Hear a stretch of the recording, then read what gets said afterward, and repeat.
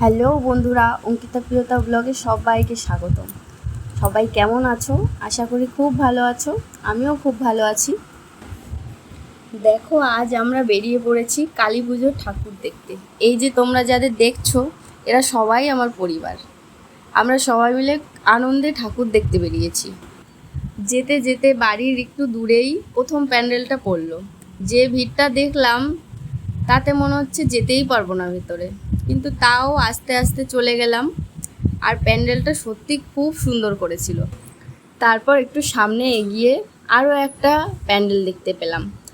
দূর থেকে লাইটিংটা চোখে পড়ছিল, আর কাছে গিয়ে দেখি প্যান্ডেলটা এত সুন্দর করেছে, খুব সুন্দর সাজিয়েছে। এখানে দাঁড়িয়ে দাঁড়িয়ে কিছু ফটো আর ভিডিও তুলে নিলাম। আমার বোন নাচের প্রোগ্রাম করছিল, তার সাথেও দেখা হয়ে গেল। কয়েকটা ছবিও তুলে নিলাম তার সাথে। দেখো,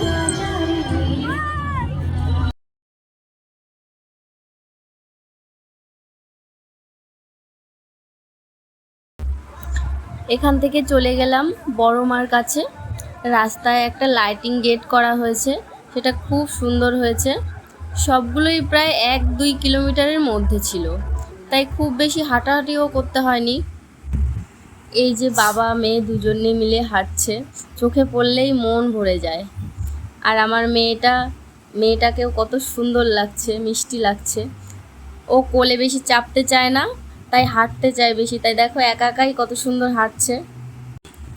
হাঁটতে হাঁটতে চলে এলাম বড় মার প্যান্ডেলে।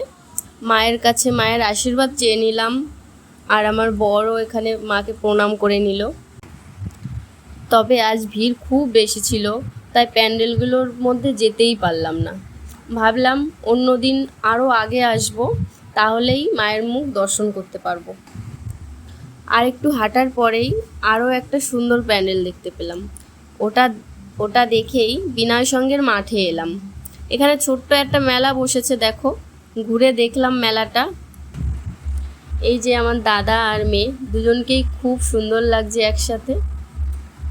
সবাই মিলে ঘুরে এই যে বাড়ি চলে আসলাম। প্যান্ডেলগুলো কেমন লাগলো কমেন্ট করে জানিও, আর যদি ভালো লেগে থাকে ভিডিওটা শেয়ার করে দিও।